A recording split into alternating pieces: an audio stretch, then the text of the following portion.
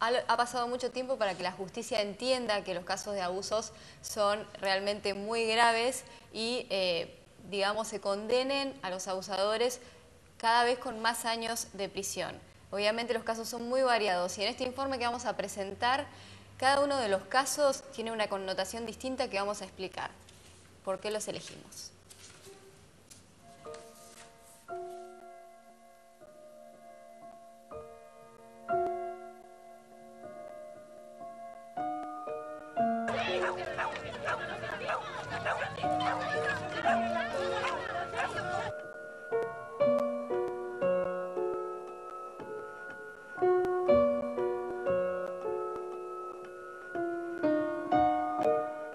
Esta menor viene sistemáticamente y desde hace prácticamente desde los 7 años siendo abusada y violada con una consecuencia de embarazo por parte del padre reconociente de ella. Estamos ante una niña, es una menor de 15 años, de las cuales la ley establece que niños es hasta los 18 años. Nosotros entendemos que aquí hay una clara víctima, que es una niña, una menor, 15 años, víctima de un abuso, de una violación, agravado por cierto vínculo, que está siendo condenada a padecer un embarazo no deseado, que no puede resolver esa situación y que se está faltando al Código Penal, que tiene una legislación muy clara al respecto.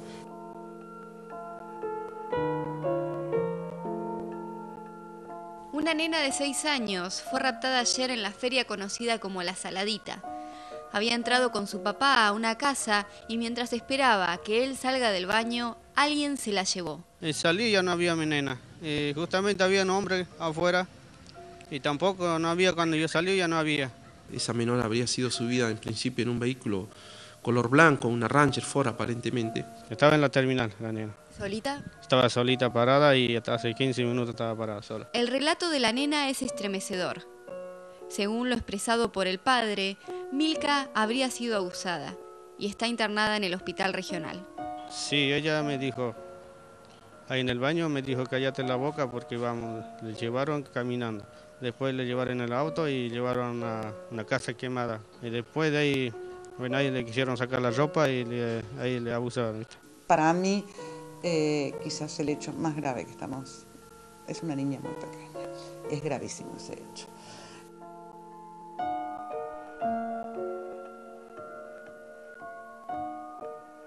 Ella manda un mensaje a su novio que estaba llegando a Astra, que iba en colectivo y que se estaba quedando sin señal. Eso es el único aviso que ella dio. Y de ahí no sabemos más nada. Alguien se la llevó y alguien la tiene.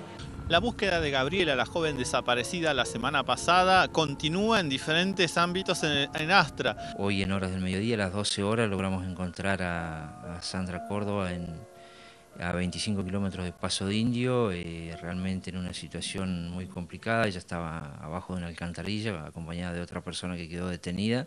Se sospechaba desde el primer momento que quien la habría, digamos, la tendría retenida sería un imputado de esta agencia. Estaba muy débil, deshidratada, así que bueno, al tenerla ya a resguardo, entendemos que la prioridad es, digamos, preservar su salud física y psíquica.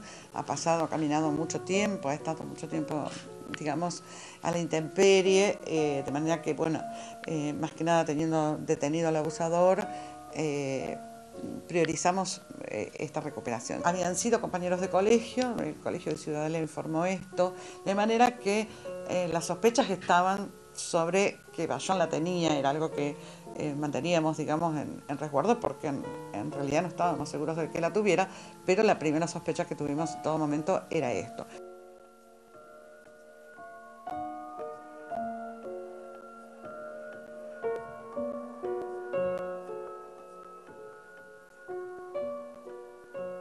Y solamente estamos reclamando justicia, estamos reclamando una condena social, sobre todo que la misma iglesia, la confraternidad repudie este acto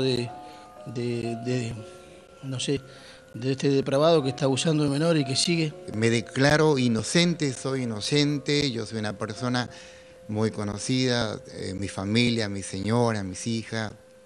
Usted verá el daño que le han hecho a mi familia. Para mí el pastor es inocente. Yo hace unos cuantos años que me congrego en la iglesia y Nunca he visto al pastor igual ni cerca de los chicos ni nada, porque él no se acerca ni a los chicos ni a las chicas.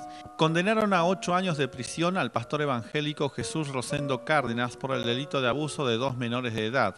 Recordemos que la semana pasada el predicador Jesús Rosendo Cárdenas fue declarado penalmente responsable en el juicio al que fue sometido por abuso sexual de 2 niñas.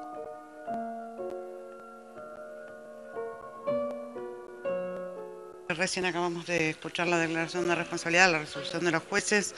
El día de hoy se hicieron los alegatos y recién hasta ahora tenemos el veredicto. Y sí, se lo ha encontrado culpable por los 2 hechos, por el abuso sexual con acceso carnal mediante amenazas y coacciones a las víctimas en los 2 casos que hemos traído a juicio. Tiene otras causas en esta circunscripción, al menos que nosotros estamos investigando. Tiene 2 más de abuso sexual y 1 de lesiones culposas graves, causas que están acusadas y con fecha de audiencia preliminar. Estos son algunos de los casos que han salido a la luz y causado conmoción en la sociedad. Solo algunos, en una ciudad que presenta una estadística temible de abusos. Algunas causas ni siquiera tienen sentencia firme, por lo cual los condenados todavía no aparecen en el banco de datos genéticos de la provincia del Chubut. En muchos casos, el abuso es intrafamiliar. El abuso es una acción que ejerce una persona sobre otra sin su consentimiento. En casi todos los casos, se trata de hombres contra mujeres, un flagelo aberrante que, más allá de poder exigir una legislación más dura contra los violadores, nos hace pensar en el daño que produce en las víctimas. Los abusadores matan la inocencia, pero también matan a sus víctimas.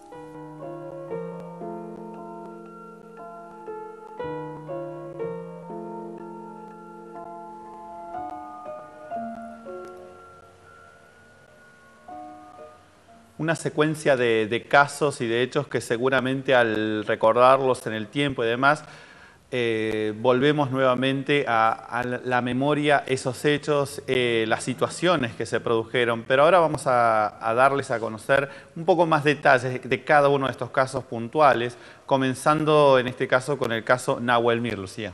Así es, decíamos que habíamos elegido 5 casos puntuales y esto no tiene que ver con una trascendencia mayor de unos casos sobre otros porque todos los abusos son idénticamente condenables y aberrantes. Esto tiene que ver con los distintos tipos de abuso que se pueden observar en estos casos. El primero, decíamos, el caso del ex suboficial mayor de la policía, Orlando Nahuel Mir, acusado de abuso sexual agravado por el vínculo porque lo hizo contra su hijastra, una niña de 15 años que además de haber sufrido esta aberración por parte de su padrastro, quedó embarazada. Y aquí comenzó otra historia que tuvo que ver con el pedido hacia la justicia de un aborto, de aquel embarazo no deseado por parte de la chica.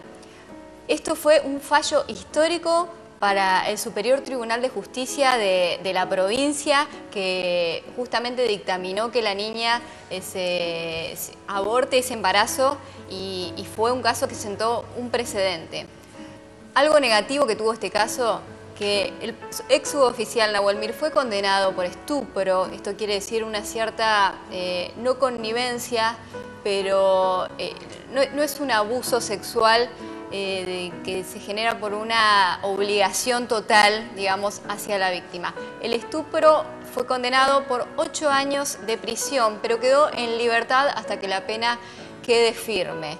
Pasó el tiempo, pasaron 2 años, esto sucedió en 2011 y recién en 2013, cuando el Superior Tribunal de Justicia consideró que la pena tenía que quedar firme y se condenó a 8 años de prisión al ex suboficial Orlando Nahuel Mir.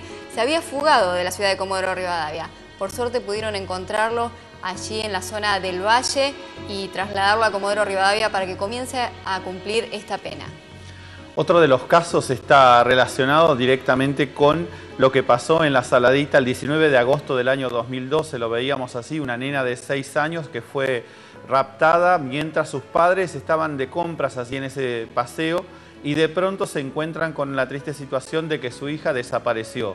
En un momento de la tarde en que se encontraban en ese lugar, sus padres decidieron movilizar a todos los feriantes, quienes rápidamente cortaron el acceso a Comodoro Rivadavia esa tarde de domingo del 19 de agosto de 2012 y posteriormente, luego de esa acción y luego de alertar a todos por tanto medios de comunicación como la movilización de la policía, se pudo hallar a la nena sentada sola en un banco en la estación terminal de ómnibus. Posteriormente, la revisión médica dio como resultado que la nena había sido abusada. Los que cometieron este hecho no fueron detenidos, pero siempre se habla de este caso también como de tantas otras situaciones donde se ven involucrados, como vemos hasta ahora, menores de edad. Gabriela Córdoba, otro de los casos resonantes de los últimos años. Esto sucedió en agosto del 2012. Recuerden, el 7 de agosto desapareció la joven Gabriela Córdoba y su familia empezó a buscarla. Salían por los medios de comunicación pidiendo colaboración. Había ido supuestamente a una entrevista laboral y nunca regresó. La fiscalía tenía un dato: Francisco Bayón, un nombre y un apellido que ya estaba dentro, digamos, de los datos que tenía la fiscalía por abusos anteriores. Y casualmente había sido compañero de colegio de Gabriela en la escuela primaria. Ya no tenían relación, pero en algún momento habían tenido comunicación justamente por este vínculo en el colegio. Y a partir de allí sale el dato del teléfono celular. La última llamada de Gabriela había sido al celular de Francisco Bayón, que estaba condenado justamente por 2 abusos previos a menores, pero la jueza en ese momento le había decretado la libertad suplantada por medidas sustitutivas para presentarse una vez por semana en el juzgado. Esto lo cumplió justamente hasta el 7 de agosto del 2012. Todos los cabos se unieron. ¿Pero qué pasó? Pasaron 19 días y Gabriela no la encontraban. La encontró la policía finalmente en Paso de Indios, en un lugar abajo de una alcantarilla totalmente deshidratada. Francisco Bayón la había hecho caminar más de 200 kilómetros, la había raptado, la había abusado y le había hecho comer animales de la zona. La encontraron obviamente junto a él y fueron trasladados los dos hacia Comodoro Rivadavia. Tiempo después, afortunadamente, se dio el juicio y fue condenado nada menos que a 17 años y medio de prisión. 8 por este caso específico, sumado a los otros años que tenía por los 2 casos de menores previos. También otro de los casos emblemáticos que lo veíamos así es el relacionado con el pastor Jesús Rosendo Cárdenas, que fue condenado a 8 años de prisión por abusos cometidos en el año 2010, en el año 2011, pero además también por haber abusado sexualmente el año pasado de 2 menores de edad.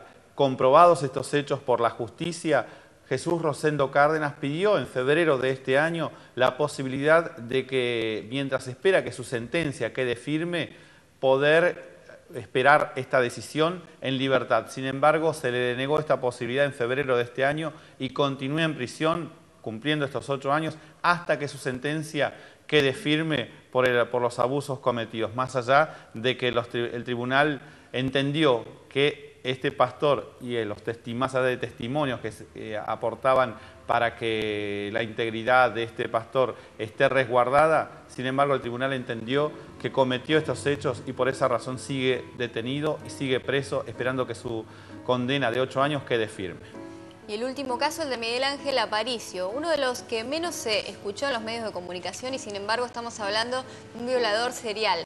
5 casos de abuso sexual, 4 por el cual, digamos, hubo una denuncia concreta y el 5º, una víctima que pudo escapar y aún así Aparicio le produjo un daño con una navaja en la piel. Esta víctima pudo escapar, pero otras 4 no.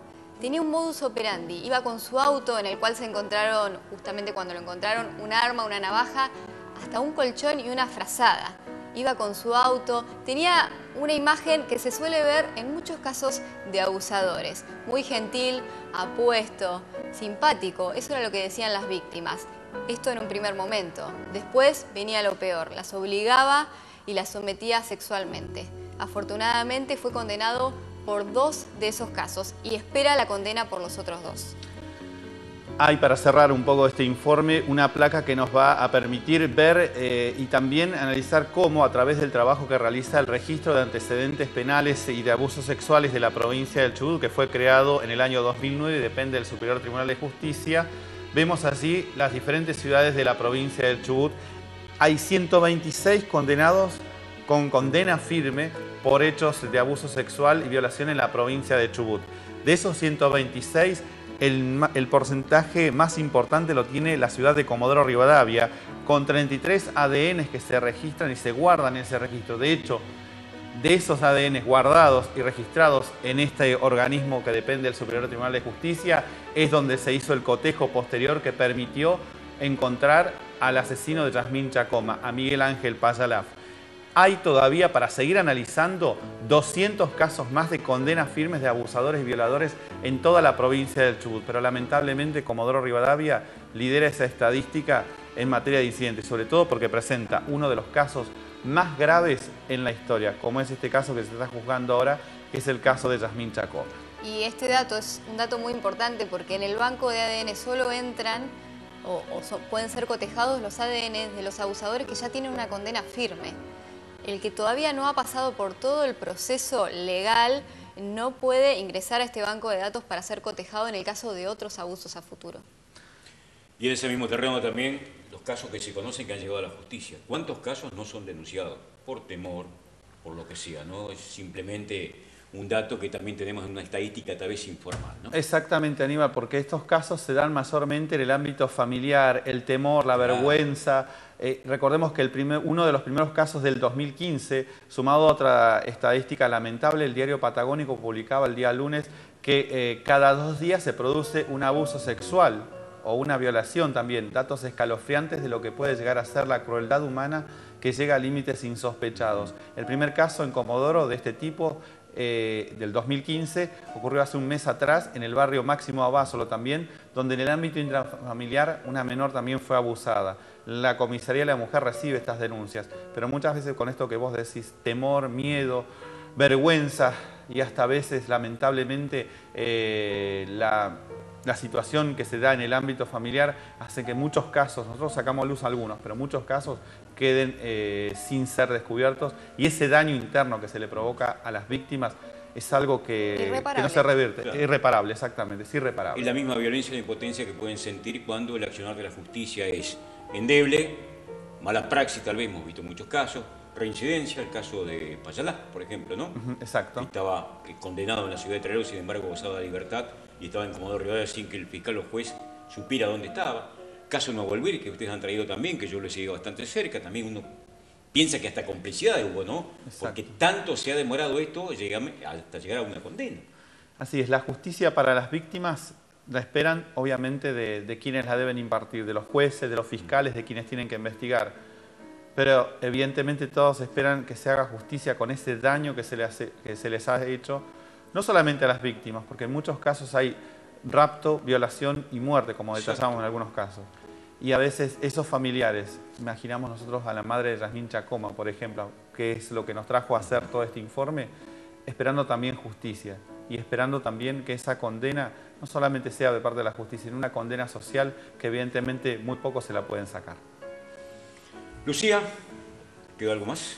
Solamente agradecer a Aníbal, como siempre, a Lautaro Brown, que colabora en la edición de estos informes, y a Ornella Besoso, que también ha participado en la locución, y también a la gente de producción, porque estos informes llevan su tiempo, es necesario recurrir al archivo, y bueno, sin el trabajo de todos ellos sería imposible.